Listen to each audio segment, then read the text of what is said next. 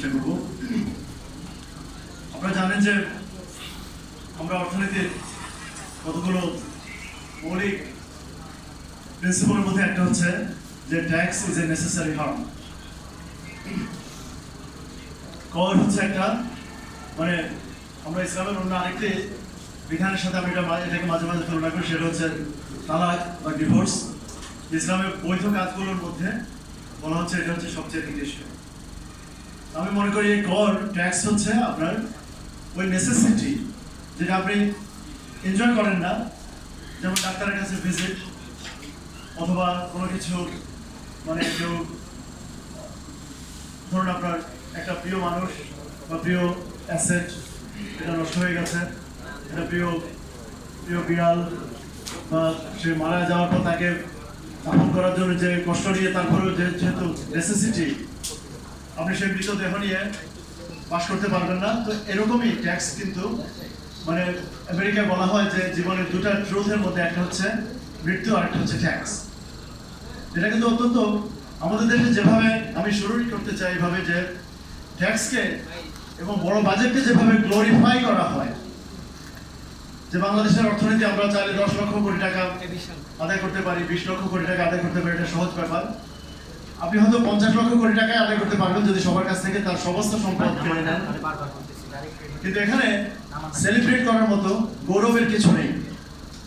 এটা অর্থনীতির কেন এটা গ্লোরিফাই করার মতো না। এটা আপনি নিজে আজকে সকালের কথা চিন্তা করুন যে আপনার পকেট থেকে আসার পথে ধরুন আপনার রিক্সা ভাড়া অথবা যে কোনো যাতায়াত ভাড়া 1000 টাকা, তার সাথে যদি আরো 100 টাকা শুল্ক বা কর হিসেবে যুক্ত করা হয় তাহলে আপনার অনুভূতি কেমন হবে? অন দ্য আদার হ্যান্ড যদি বলা হয় যে হ্যাঁ সবার জন্য 1000 টাকা, কিন্তু আপনি যেহেতু একটা শিক্ষামূলক কাজে যাচ্ছেন এখানে আপনি দেবেন মাত্র 500 টাকা। সো স্টেট বা ফ্যামিলি বা যে কোনো অ্যাসোসিয়েশন, আমরা যারা নেইবারহুডে আপনি কোনো একটা অ্যাপার্টমেন্টে হোম ওনার্স অ্যাসোসিয়েশন বা HOI যেটাকে আমরা সার্ভিস চার্জ বলি, সেটার সাথে তুলনা করে দেখুন আপনার ভাড়ার উপরে আরো সার্ভিস চার্জ আপনি 4000 থেকে ঢাকার কোনো কোনো এলাকায় আপনি 15,000 টাকাও সার্ভিস চার্জ দেন। এই সার্ভিস চার্জটা যেমনি একটা নেসেসারি হার্ম। আপনি জানেন যে একটা দারোয়ান দরকার, লিফট দরকার, বিদ্যুৎ দরকার, সিঁড়িগুলো ধোয়া মোছা করা দরকার।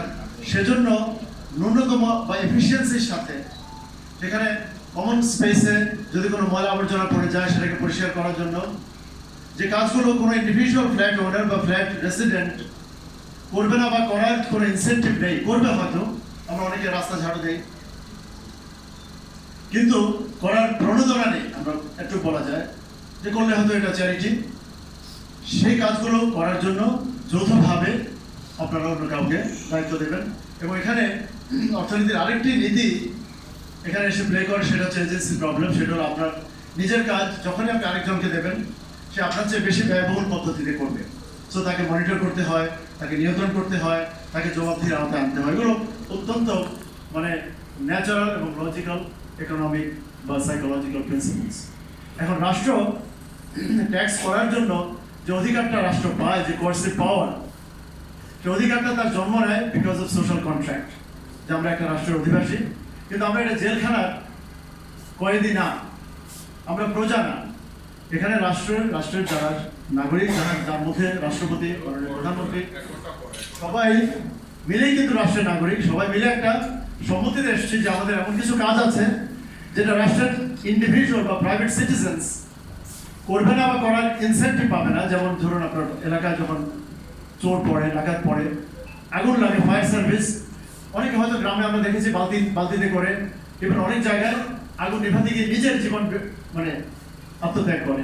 তারপরে আমরা বলবো যে একজন ইন্ডিভিজুয়ালের সেখানে তার নিজস্ব জীবন নিরাপত্তা এবং এমনকি তার ট্রেনিং এর অভাব আছে, তাই না? ধরুন আমার খিদা, কিন্তু আমার রান্না করার মানে ট্রেনিং নেই, প্রশিক্ষণ নেই। তাহলে এই কাজগুলো করার জন্য আমরা একটা মানে কনসেনসাসের ভিত্তিতে অথবা মেজরিটির অপিনিয়নের ভিত্তিতে ন্যূনতম এবং সবচেয়ে সর্বোচ্চ দক্ষতার সাথে, এখানে খুব ইম্পর্টেন্ট যে আপনারা এটার সাথে আমি মনে করি ইসলামের যে যাকাত, যে আর্থিক খাতে ব্যয়ের যে প্রিন্সিপালগুলো আছে সেগুলোর সাথে মিল খুঁজে দেখবেন। যাকাতের টাকা যেহেতু রাষ্ট্রের জিম্মাদারিতে বিতরণ করা হয়, সেখানে কিন্তু বিলাসিতার কোনো খাত নেই।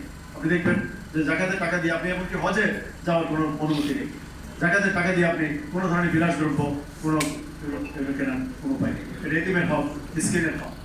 তো আমাদের ট্যাক্সের টাকায় প্রধান নির্বাচন কমিশনের জন্য 10 কোটি 20 কোটি টাকা গাড়ি কেনা, ট্যাক্সের টাকায় এখানে মানে সম্মানিত অনেক সচিব প্রাক্তন সচিব আছেন যে আমরা আশা করি সেই নিউজটি একটি ভুয়া নিউজ যে 9 কোটি বা ওই যে 8,000-9,000 স্কোয়ার ফিটের মাননীয় সচিব ইভেন দেশের সবচেয়ে মানে সর্বোচ্চ ধরুন বিখ্যাত বা সবচেয়ে আমরা যাদেরকে ভালোবাসি এমন যদি কোনো একজনও বের করা যায় যে যাকে দেশের সবাই সম্মান করেন, তার জন্য ট্যাক্সের টাকায় কিন্তু আপনি চ্যারিটি টাকায় করতে পারেন, আপনার ভালোবাসার টাকায় আপনার অনুদান থেকে করতে পারেন।